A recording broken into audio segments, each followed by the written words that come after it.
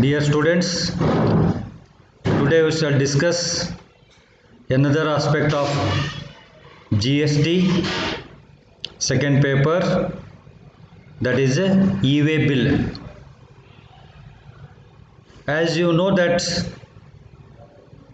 the movement of goods must be witnessed by bill. In case of GST, the process and procedural aspects for the movement of goods are prescribed in the e-way bill rules. It is usually a unique bill number generated for the specific consignment involving the movement of goods. However, it is to be noted that e-way bill implementation was deferred when GST came into being on 1st July in order to give more time to the government, business and transporter to prepare for its full and final implementation. States like Gujarat continued to have FAR number 402 in GST, and clear rules were laid down as to how to help businesses fill a GST form 402 online till the implementation of GST e-way bill is complete. It means that e-way bill is a unique bill number generated for the specific movement of goods or consignment. If at all you are going to transfer goods from one place to another place, under GST you have to create a e-way bill. Let us see the meaning of e-way bill.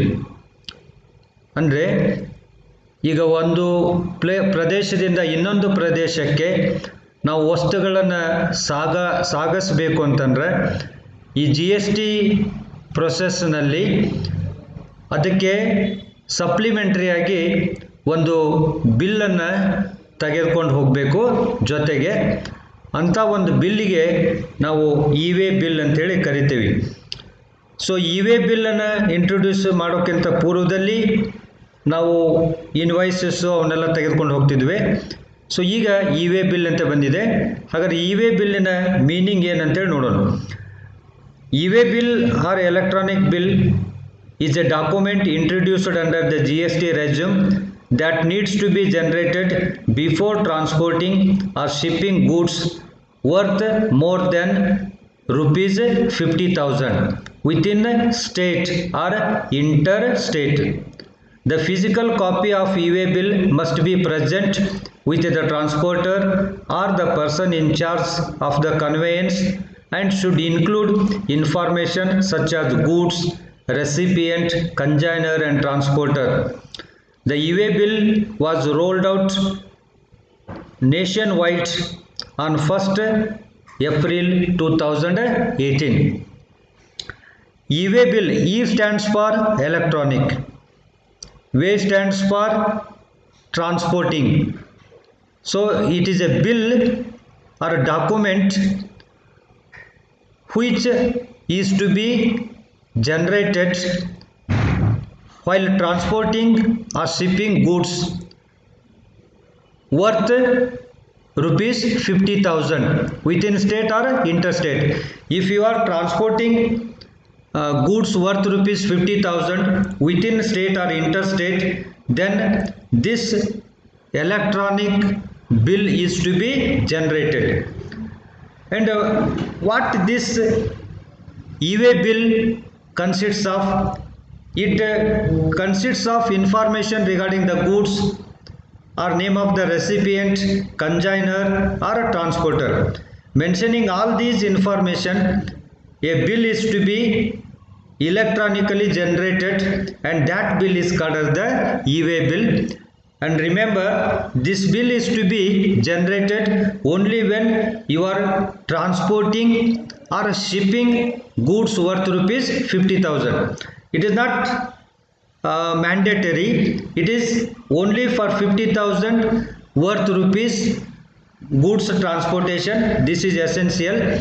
Even if you are transporting below 50,000 rupees, you can generate e-way bill also, but that is not mandatory. But for 50,000 worth rupees goods movement, e-way bill is mandatory. So e-way bill is nothing but an electronic bill which is to be carried while transporting the goods worth rupees 50,000 either interstate or within the state.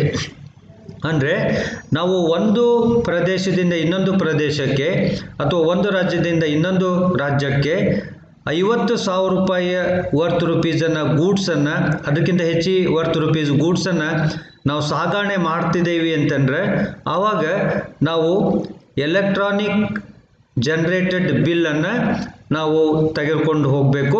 ಅಂಥ ಒಂದು ಬಿಲ್ಲಿಗೆ E-way bill ಅಂತ ಕರೀತಾರೆ. It is A electronic generated bill ಅಂತೇಳಿ. ಅಂದರೆ electronic ಆಗಿ ಕೈಲೇ ಬರೆದಿರೋದಲ್ಲ, electronic ಆಗಿ ನಾವು ಇದನ್ನು ಜನರೇಟ್ ಮಾಡಿರ್ತಕ್ಕಂಥದ್ದು. ಇಂಥ ಬಿಲ್ಲನ್ನು ನಾವು ವಸ್ತುಗಳನ್ನು ಒಂದು ಪ್ರದೇಶದಿಂದ ಇನ್ನೊಂದು ಪ್ರದೇಶಕ್ಕೆ ಸಾಗಣೆ ಮಾಡುವಾಗ ತೆಗೆದುಕೊಂಡು ಹೋಗಬೇಕು.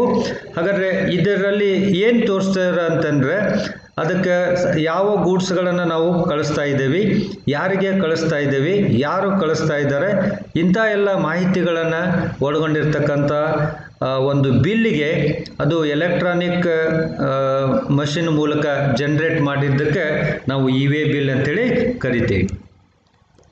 Next threshold limit for generation of e-way bill. As I already told you that e-way bill ಎಷ್ಟು ಅಮೌಂಟಿನ ಗೂಡ್ಸನ್ನು ಕಳಿಸುವಾಗ ಜನ್ರೇಟ್ ಮಾಡಬೇಕು ಅಂತೇಳಿ ಅಥವಾ ಇದನ್ನು ಕ್ರಿಯೇಟ್ ಮಾಡಬೇಕಂತೇಳಿ ಈಗಾಗಲೇ ಹೇಳಿದಂಗೆ ವ್ಯಾಲ್ಯೂ ಎಕ್ಸೀಡಿಂಗ್ 50,000 rupees, ನೀವು 50,000 ರೂಪಾಯಿಗಿಂತ ಮೇಲಿನ ಮೌಲ್ಯದ ಗೂಡ್ಸ್ಗಳನ್ನು ನೀವು ಸಾಗಣೆ ಮಾಡ್ತಿದ್ದೀರಿ ಅಂತಂದರೆ ಆವಾಗ ಇ-ವೇ ಬಿಲ್ಲನ್ನು ಜನ್ರೇಟ್ ಮಾಡಬೇಕಾಗ್ತದೆ. This is the limit. So more than 50,000 worth rupees goods or consignment should carry e-way bill. Even in case of inward supply of goods from unregistered person, e-way bill is applicable. And one note is to be noted: in case of consignment of value less than rupees 50,000, either a registered person or a transporter can generate an e-way bill, although it may be not mandatory. ಅಂದರೆ 50,000 ರೂಪಾಯಿಗಿಂತ ಹೆಚ್ಚಿನ ಮೌಲ್ಯದ ಗೂಡ್ಸ್ಗಳನ್ನು ಕಳಿಸುವವರಿಗೆ E-way bill compulsory ಇದೆ, mandatory ಇದೆ. 50,000 ರೂಪಾಯಿಗಿಂತ ಕಡಿಮೆ ಮೌಲ್ಯದ ವಸ್ತುಗಳನ್ನು ರಿಜಿಸ್ಟರ್ಡ್ ಪರ್ಸನ್ ಆಗಲಿ ಅಥವಾ ಟ್ರಾನ್ಸ್ಪೋರ್ಟರ್ ಆಗಲಿ ಕಳಿಸ್ತಾ ಇದ್ದರೆ ಅವರು ಸಹಿತ ಇ-ವೇ ಬಿಲ್ಲನ್ನು ಜನ್ರೇಟ್ ಮಾಡ್ಬೋದು. ಬಟ್ 50,000 ರೂಪಾಯಿಗಿಂತ ಕಡಿಮೆ ಮೌಲ್ಯದ ವಸ್ತುಗಳನ್ನು ಸಾಗಣೆ ಮಾಡುವಾಗ ಇ-ವೇ ಬಿಲ್ಲು ಕಡ್ಡಾಯವಾಗಿಲ್ಲ ಅಂತೇಳಿ ಹೇಳ್ಬೋದು. It is not compulsory below 50,000 rupees, but it is compulsory under GST regime. If you are transporting goods worth rupees 50,000, then compulsorily a e-way bill is to be generated. Let us see the time limit for generating e-way bill. The e-way bill needs to be generated before commencement of the movement of goods.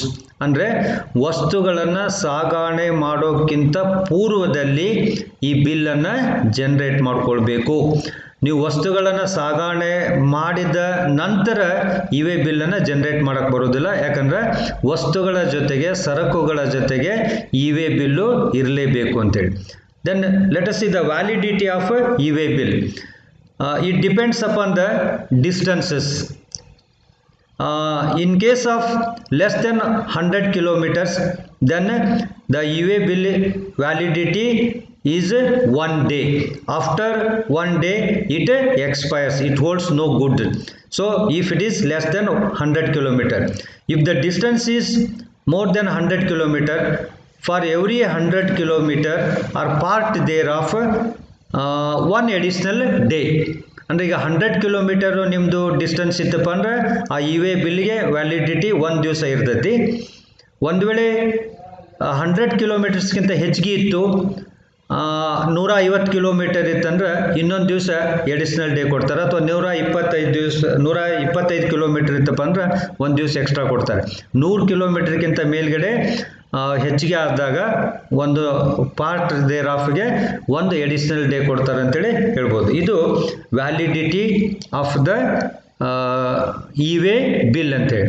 ಹಾಗಾದರೆ we have studied time limit to generate the e-way bill and also threshold limit for generation of e-way bill.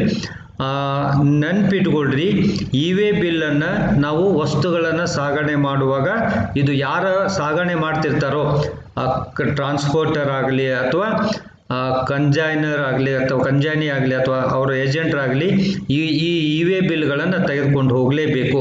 E-way bill ಇಲ್ಲಪ್ಪ ಅಂತಂದ್ರೆ ವಸ್ತುಗಳನ್ನು ಸಾಗಣೆ ಮಾಡಲಿಕ್ಕೆ ಅವಕಾಶ ಇರೋದಿಲ್ಲ. ಹೇಗೆ ನೀವು ಎಕ್ಸಾಮಿನೇಷನ್ಗೆ ಹೋಗುವಾಗ ಹಾಲ್ ಟಿಕೆಟನ್ನು ತೆಗೆದುಕೊಂಡು ಹೋಗಬೇಕು. ಹಾಲ್ ಟಿಕೆಟನ್ನು ತೆಗೆದುಕೊಂಡು ಹೋಗಲಿಲ್ಲಪ್ಪ ಅಂತಂದ್ರೆ ನಿಮಗೆ ಎಕ್ಸಾಮಿನೇಷನ್ಗೆ ಅಲೋ ಮಾಡೋದಿಲ್ಲ. ಹಾಗೆ 50,000 ರೂಪಾಯಿ ವರ್ತ್ಗಿಂತ ಹೆಚ್ಚಿಗೆ ಮೌಲ್ಯದ ಗೂಡ್ಸ್ಗಳನ್ನು ನೀವು ಕಳಿಸ್ತಾ ಇದ್ದೀರಿ, ಸಾಗಣೆ ಮಾಡ್ತಾ ಇದ್ದೀರಿ ಅಂತಂದ್ರೆ ಇ-ವೇ ಬಿಲ್ಲನ್ನು ತೆಗೆದುಕೊಂಡು ಹೋಗಲೇಬೇಕು. The validity period will be counted from time of generation of e-way bill. The validity period of the e-way bill may be extended by the commissioner for certain categories of goods as specified in the notification issued in this regard. ಅಂದರೆ E-way ಬಿಲ್ಗೆ ನಾನೇನು validity ಹೇಳಿದ್ದೀನಲ್ಲ, ಆ ವ್ಯಾಲಿಡಿಟಿಯನ್ನು extend ಮಾಡ್ಬೋದು. ಯಾವಾಗಂದ್ರೆ certain ಸರ್ಕಮ್ಸ್ಟೆನ್ಸಸ್ನಲ್ಲಿ, ಅನಿವಾರ್ಯ ಸಂದರ್ಭದಲ್ಲಿ ಅದನ್ನು extend ಮಾಡ್ಬೋದು. ಅದು extend ಮಾಡಲಿಕ್ಕೆ ಕಮಿಷನರ್ಗೆ ಅಧಿಕಾರ ಇದೆ.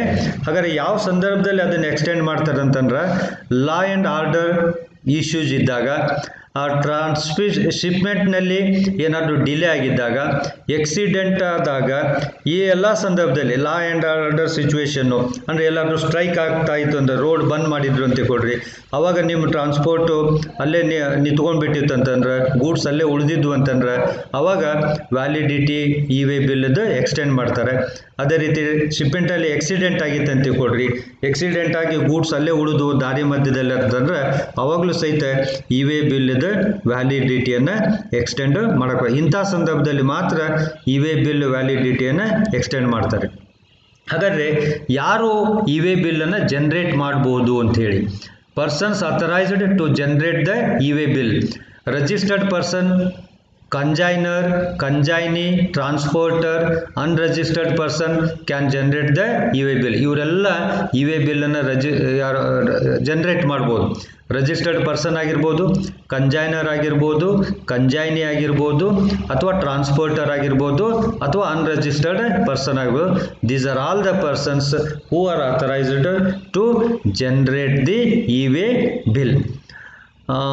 when the goods are handed over to the transporter, ಒಂದು ವೇಳೆ ಟ್ರಾನ್ಸ್ಪೋರ್ಟರ್ಗೆ ಹ್ಯಾಂಡ್ ಓವರ್ ಮಾಡಿದರೆ transporter should generate the e-way bill. ಈಗ ನೀವೇನು ಮಾಡ್ತೀರಿ, ವಸ್ತುಗಳನ್ನು ಪ್ಯಾಕ್ ಮಾಡಿಬಿಟ್ಟು VRLಗೆ ಕೊಡ್ತೀರಿ ಅಂತ ಕೊಡ್ರಿ, ಅವರು ಟ್ರಾನ್ಸ್ಪೋರ್ಟರ್ ಅವರು. ಸೊ ಅವರು ಜನರೇಟ್ ಮಾಡಬೇಕು ಇ-ವೇ ಬಿಲ್ಲನ್ನು. in this case registered person should declare the details of the goods in the common portal ನಲ್ಲಿ ಎಲ್ಲ ಡೀಟೇಲ್ಸ್ ಅನ್ನು ಕೊಟ್ಟಿರಬೇಕು. ಅವಾಗ ಇವರು ಟ್ರಾನ್ಸ್ಪೋರ್ಟರ್ ಏನು ಮಾಡ್ತಾರೆ ಅಂದರೆ ಇ-ವೇ ಬಿಲ್ಲನ್ನು ಜನರೇಟ್ ಮಾಡ್ತಾರೆ ಅಂತೇಳಿ. then let us see the format of e-way bill. e-way bill is in the two parts, part A, part B. ಹಾಗಾದ್ರೆ ಪಾರ್ಟ್ ಎನಲ್ಲಿ ಏನೇನು ಬರ್ತಾವೆ ಅಂಥೇಳಿ ಅನ್ನೋದಕ್ಕೆ ಇಲ್ಲಿ ಇದು ಒಂದು ಚಾರ್ಟನ್ನು ನೋಡಿದ್ರೆ ಗೊತ್ತಾಗ್ತದೆ ನಿಮಗೆ. ಪಾರ್ಟ್ ಎದಲ್ಲಿ first GSTN number of recipient. ಹಾಗಾದರೆ ರೆಸಿಪಿಯೆಂಟಿನ GST ಟಿನ್ ನಂಬರನ್ನು ಬರಿಬೇಕು. ಎರಡನೇದು ಪ್ಲೇಸ್ ಆಫ್ ಡೆಲಿವರಿ, ಎಲ್ಲಿಗೆ ಡೆಲಿವರಿ ಮಾಡ್ತೀರಿ, ಎಲ್ಲಿಗೆ ಅವುಗಳನ್ನು ಕಳಿಸ್ಕೊಡ್ತಾ ಇದ್ದೀವಿ ಅದನ್ನು ಬರಿಬೇಕು. ಇನ್ವಾಯ್ಸ್ ಆರ್ ಚಲನ್ ನಂಬರನ್ನು ಬರಿಬೇಕು. ಇನ್ವಾಯ್ಸ್ ಆರ್ ಚಲನ್ ಡೇಟನ್ನು ಮೆನ್ಷನ್ ಮಾಡಬೇಕು. ವ್ಯಾಲ್ಯೂ ಆಫ್ ಗೂಡ್ಸನ್ನು ಮೆನ್ಷನ್ ಮಾಡಬೇಕು. HSN ಕೋಡ್ ನಂಬರ್ ಅದನ್ನು ಮೆನ್ಷನ್ ಮಾಡ್ಕೊಳ್ಬೇಕು. ರೀಸನ್ಸ್ ಫಾರ್ ಟ್ರಾನ್ಸ್ಪೋರ್ಟೇಷನ್, ಯಾವ ಕಾರಣಕ್ಕಾಗಿ ನಾವು ಈ ಗೂಡ್ಸ್ಗಳನ್ನು ಕಳಿಸ್ಕೊಡ್ತಿದ್ದೇವೆ ಅನ್ನೋದನ್ನು ಬರೀಬೇಕು. ದೆನ್ ಟ್ರಾನ್ಸ್ಪೋರ್ಟ್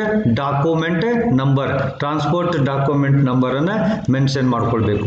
ಸೊ ಇವೆಲ್ಲ ಪಾರ್ಟ್ ಎದಲ್ಲಿ ಮೊದಲೇದ್ದು GST number of the recipient, ಯಾರು ಸ್ವೀಕಾರ ಮಾಡ್ತಾರಲ್ಲ ಅವ್ರದ್ದು GST ನಂಬರು, ಮತ್ತು ಪ್ಲೇಸ್ ಆಫ್ ಡೆಲಿವರಿ ಎರಡನೇದು, ಇನ್ವಾಯ್ಸ್ ನಂಬರು ಅಥವಾ ಚಲನ್ ನಂಬರು, ಇನ್ವಾಯ್ಸ್ ಅಥವಾ challan date, next value of goods, then HSN code number ಬರಿಬೇಕು, ರೀಸನ್ಸ್ ಫಾರ್ ಟ್ರಾನ್ಸ್ಪೋರ್ಟೇಷನ್ ಬರಿಬೇಕು, ದೆನ್ ಟ್ರಾನ್ಸ್ಪೋರ್ಟ್ ಡಾಕ್ಯುಮೆಂಟ್ ನಂಬರ್ ಬರಿಬೇಕು. These are all the information to be filled in the part A of the e-way bill. Then part B ದಲ್ಲಿ no matter is to be mentioned except vehicle number. Part B ದಲ್ಲಿ vehicle number, ಯಾವ ವೆಹಿಕಲ್ನಲ್ಲಿ ಕಳಿಸ್ತಾ ಇದ್ದೀರಲ್ಲ ಆ vehicle ನಂಬರನ್ನು part B ದಲ್ಲಿ mention ಮಾಡಬೇಕು. ಹೀಗೆ ಎರಡು ಪಾರ್ಟ್ ಎ ಮತ್ತು ಪಾರ್ಟ್ ಬಿ ಅಂಥೇಳಿ ಎರಡು ಭಾಗದಲ್ಲಿ ನಾವು ಇ-ವೇ ಬಿಲ್ಲನ್ನು ತಯಾರು ಮಾಡಿಕೊಳ್ಬೇಕು.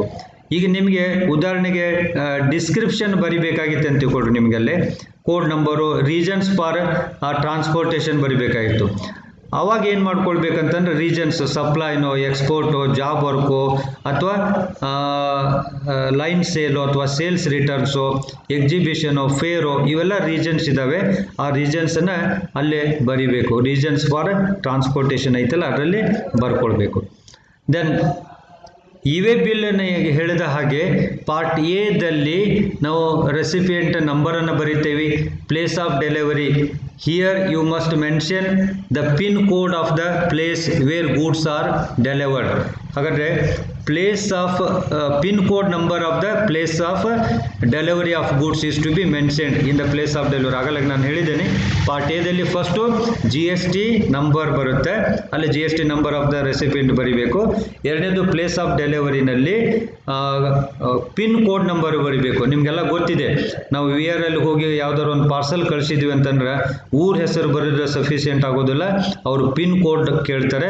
ಪಿನ್ ಕೋಡ್ ಬರೀಲಿಲ್ಲಪ್ಪ ಅಂತಂದ್ರೆ ನಮ್ಮ ಪಾರ್ಸಲನ್ನು ಅವರು ಎಕ್ಸೆಪ್ಟ್ ಮಾಡ್ಕೊಳೋದಿಲ್ಲ. ಹಾಗೆ ಇ-ವೇ ಬಿಲ್ಲನಲ್ಲೂ ಸಹಿತ ನಾವೇನು ಮಾಡಬೇಕಂತಂದ್ರೆ ಪ್ಲೇಸ್ ಆಫ್ ಡೆಲಿವರಿನಲ್ಲಿ pin code number of the place where the goods are to be delivered is to be mentioned.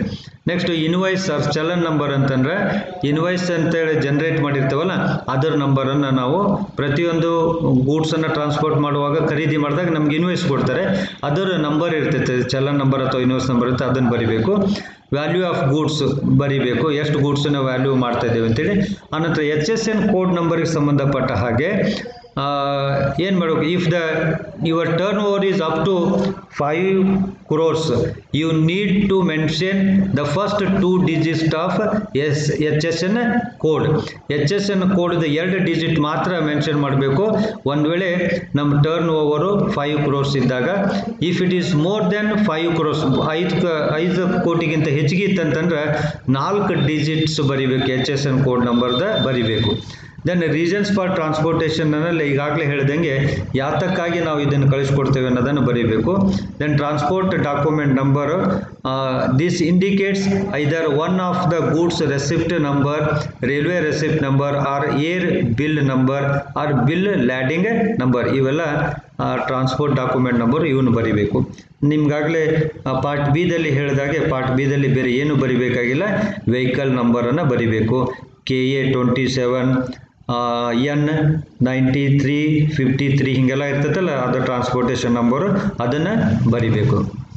Then consolidated E-way bill ಅಂತೇಳಿ ಒಂದಿದೆ. In case of if it is bill generated in case of multiple consignments are transported in one vehicle, ಒಂದೇ ವೆಹಿಕಲ್ನಲ್ಲಿ ಹಲವಾರು ವ್ಯಕ್ತಿಗಳ ನೀವು ಗೂಡ್ಸನ್ನು transport ಮಾಡ್ತಾ ಇದ್ರೆ ಅವಾಗ ಏನು ಮಾಡ್ಕೊಳ್ಬೇಕಂತಂದ್ರೆ ಕನ್ಸಾಲಿಡೇಟೆಡ್ ಇ-ವೇ ಬಿಲ್ಲನ್ನು ಜನರೇಟ್ ಮಾಡಬೇಕು. The transporter should generate a consolidated e-way bill in the form GST EWB02 and separately indicate the serial number of e-way bill for each consignment. ಪ್ರತಿಯೊಂದು ಕನ್ಸೈನ್ಮೆಂಟ್ಗೂ ಸೀರಿಯಲ್ ನಂಬರನ್ನು ಕೊಡಬೇಕು. ಅಂದರೆ ಈ ಕನ್ಸಾಲಿಡೇಟೆಡ್ ಇ-ವೇ ಬಿಲ್ ಯಾವಾಗ generate ಮಾಡ್ತೇವೆ ಅಂತಂದ್ರೆ multiple ಕನ್ಸೈನ್ಮೆಂಟ್ಸ್ ಇದ್ದಾಗ. Another point to be remembered with regard to the e-way bill is that transfer of goods from one vehicle to another vehicle in the course of transit.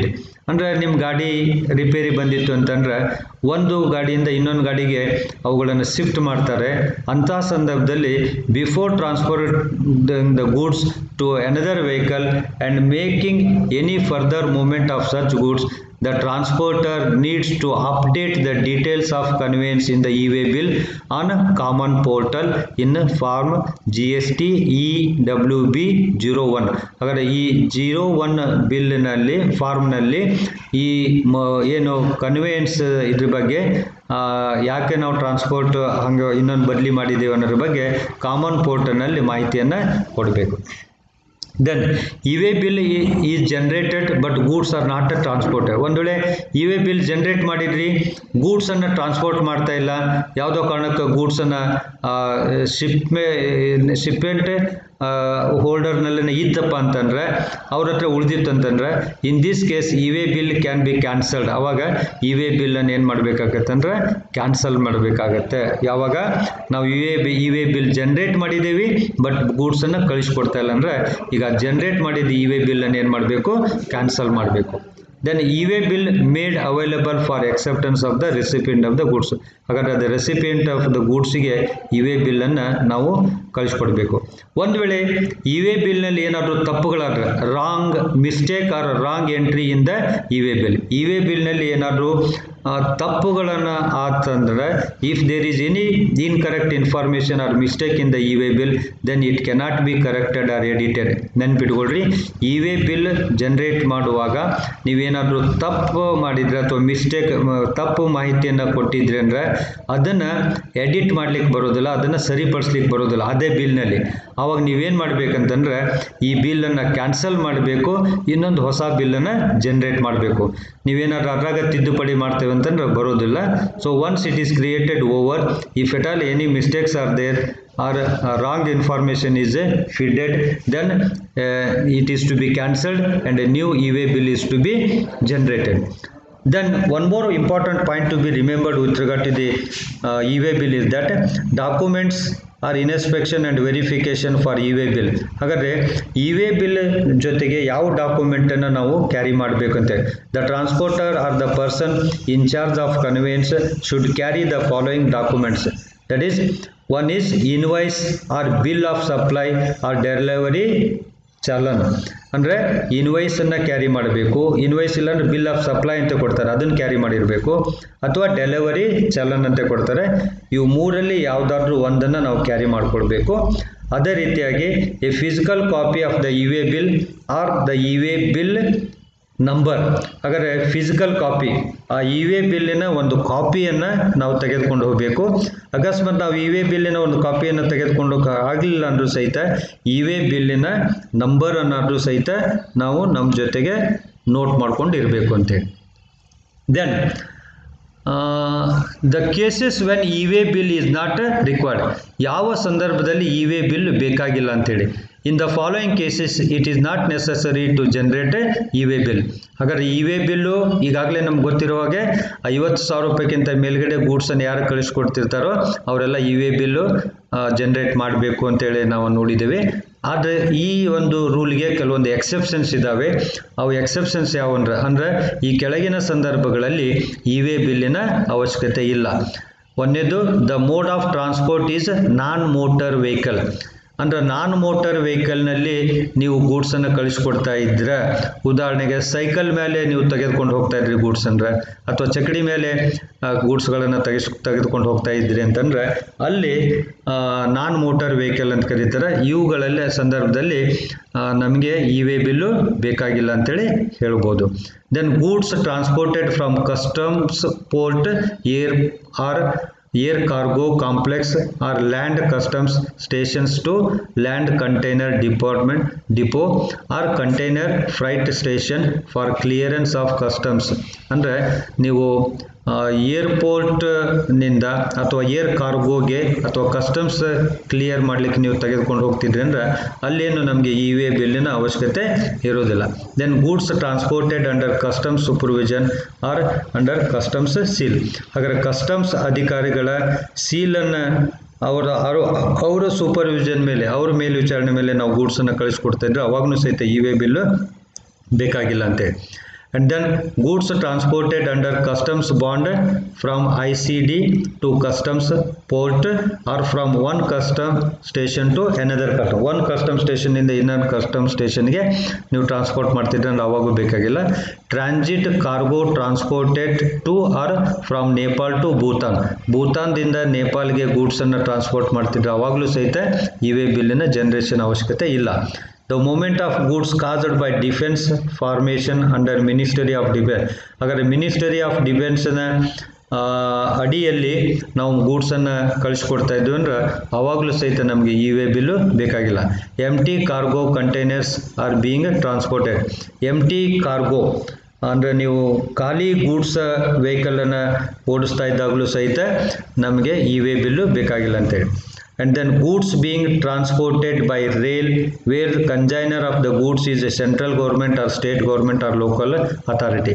ಅಂದ್ರೆ ಕೇಂದ್ರ ಸರ್ಕಾರದವರು ಕಂಜೈನರ್ ಆಗಿದ್ದರೆ ಅಥವಾ state ಗೌರ್ಮೆಂಟ್ನವರು ಕಂಜೈನರ್ ಆಗಿದ್ದರೆ ಅಥವಾ ಲೋಕಲ್ ಅಥಾರಿಟಿ ಕಂಜೈನರ್ ಆಗಿದ್ದರೆ ಇವಾಗಲೂ ಸಹಿತ ನಮಗೇನು ಬೇಕಾಗಿಲ್ಲ ಅಂತಂದರೆ ಇ-ವೇ ಬಿಲ್ಲು ಬೇಕಾಗಿಲ್ಲ. ಅವರೇ ಕಂಜೈನರ್ ಆಗಿದ್ದರೆ, ಅವರೇ ಓನರ್ ಆಗಿದ್ದರೆ. ಈಗ ಉದಾಹರಣೆಗೆ ಗೂಡ್ಸನ್ನು ಕಳಿಸ್ಕೊಡ್ತಿದ್ದಾರೆ ಅಂತ ತಿಳ್ಕೊಡ್ರಿ, ಗೌರ್ಮೆಂಟ್ನವ್ರು ಗೂಡ್ಸನ್ನು ಕಳಿಸ್ಕೊಡ್ತಿದ್ರೆ ಅದಕ್ಕೆ ಇ-ವೇ ಬಿಲ್ ಬೇಕಾಗಿಲ್ಲ ಅಂತೇಳಿ. 50,000 ರೂಪಾಯಿಗಿಂತ ಮೇಲೆ ಇದ್ರೂ ಸಹಿತ ಅವ್ರಿಗೆ ಸೆಂಟ್ರಲ್ ಗೌರ್ಮೆಂಟ್ನವ್ರು ಕಳಿಸ್ಕೊಟ್ಟಿರ್ತಕ್ಕಾಗಲಿ ಅಥವಾ ಸ್ಟೇಟ್ ಗೌರ್ಮೆಂಟ್ನವ್ರು ಕಳಿಸ್ಕೊಡ್ತಕ್ಕಂಥದ್ದಾಗಲಿ ಅಥವಾ ಲೋಕಲ್ ಅಥಾರಿಟಿಯವ್ರು ಕಳಿಸ್ಕೊಡ್ತಕ್ಕಂಥದ್ದಾಗಲಿ ಅವ್ರೇನಾದರೂ ಗೂಡ್ಸ್ ಕಳಿಸ್ಕೊಡ್ತಿದ್ರೆ ಅವರಿಗೆ ಇದು ಇ-ವೇ ಬಿಲ್ಲಿನ ಅವಶ್ಯಕತೆ ಬರೋದಿಲ್ಲ ಅಂತೇಳಿ. The goods specified as exempted from e-way bill requirements in the respective state or union territory. G S T ರೂಲ್ಸ್ನಲ್ಲಿ ಇ-ವೇ ಬಿಲ್ಲಿನ ಎಕ್ಸೆಂಪ್ಟೆಡ್ ಗೂಡ್ಸ್ ಅಂತೇಳಿ ಏನಾದರೂ ಕೊಟ್ಟಿದ್ದು ಆವಾಗಲೂ ಸಹಿತ ಬೇಕಾಗಿಲ್ಲ ಅಂತ. So these are all the cases where the e-way bill is not required. So in this way, e-way bill is to be generated.